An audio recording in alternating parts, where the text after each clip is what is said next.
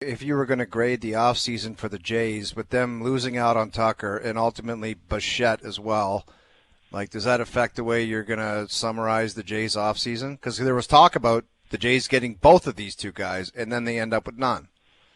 Yeah, so I didn't think they could afford both of them. But Dylan Cease, Cody Ponce, and Tyler Rogers in the bullpen is a really big improvement on the pitching.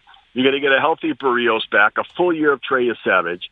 Then on the offensive side, I mean, last year was a lost year for Anthony Santander.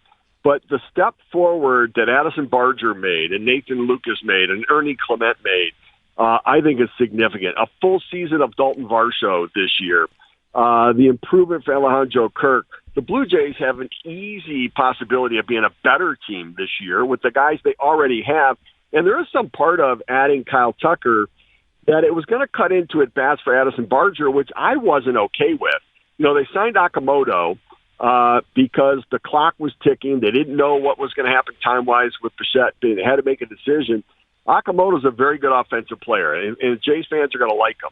Not a great defender, but Bichette wasn't a great defender. And so I think that he'll be good, and I think you're going to get bounced back from some guys and growth.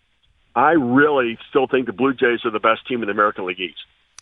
Well, and that's the amazing thing about the reaction to this is, you know, conventional wisdom would suggest as long as Bichette and Tucker don't end up with the Yankees or the Sox, you're okay. You know, but the world of baseball is different because the Dodgers, you know, everyone has to face the wrath of the Dodgers, and the Dodgers have been winning all of these negotiations at the sake of, you know, the Blue Jays pursuing Ohtani and Sasaki and Tucker and the World Series, which the Dodgers came in and won. The Mets is just a crazy owner that's going to spend recklessly, but they still have an offseason. You know, there's still some guys out there. Bellinger's still out there. You know, the guys who they were connected to the most obviously were Tucker and Bichette, Bregman to an extent. There's some bats out there, some arms still out there, and the possibility of trades. Do you think the Blue Jays offseason is over? If it's not, what could you see possibly happening? Yeah, so I you know, the question is, do they pivot to Cody Bellinger? You know, he is Kyle Tucker light, is how I look at Cody Bellinger. Another 5-tool guy. He can play center. I think ideally the Jays wouldn't mind getting another outfielder that they control beyond the 26th season because Varsho's a free agent and Springer's a free agent, and so they'd like to have another guy. And the benefit of this is it's not going to take 10 years to get them done. He wants 7. The Yankees have dead stopped at 5. And imagine stealing Bellinger out from under the Yankees, and the Yankees at that point would have nowhere else to go. Like, there's not a Bellinger-like guy out there, another Tucker guy or Bichette guy. But Bichette could have been a fallback, but the Mets jumped on it. And here's the thing. I think the Mets are going to be in on Bellinger, too. And so I think the Jays, I'd like to see them pursue Bellinger and see if they can't make a deal there. He's an outstanding defender in center field. He can play left field. He's done a lot of left field as well. He can play first base and protect you as a left-handed bat there. And he's got pop. He can steal a base. And so he'd fit. And it would cut into some at-bats for Barger, and I'd rather not do it. But the idea of getting him and keeping him away from the Yankees for a year, it would be fantastic.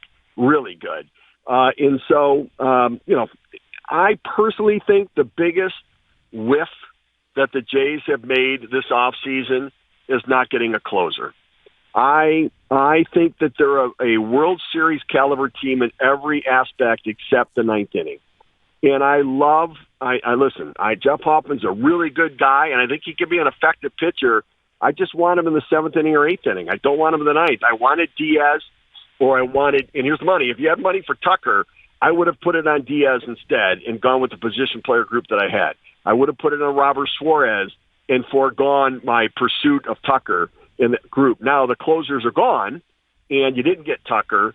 And so, you know, and if you had that money, I would have spent it on a closer myself. And that's the one area but at the trade deadline, they'll be able to save some prospects and then go out there and get a closer at the deadline. Yeah, and Diaz went to the Dodgers, of all teams, right? Like, it's almost like we've forgotten about that, but the best closing arm available is also in L.A.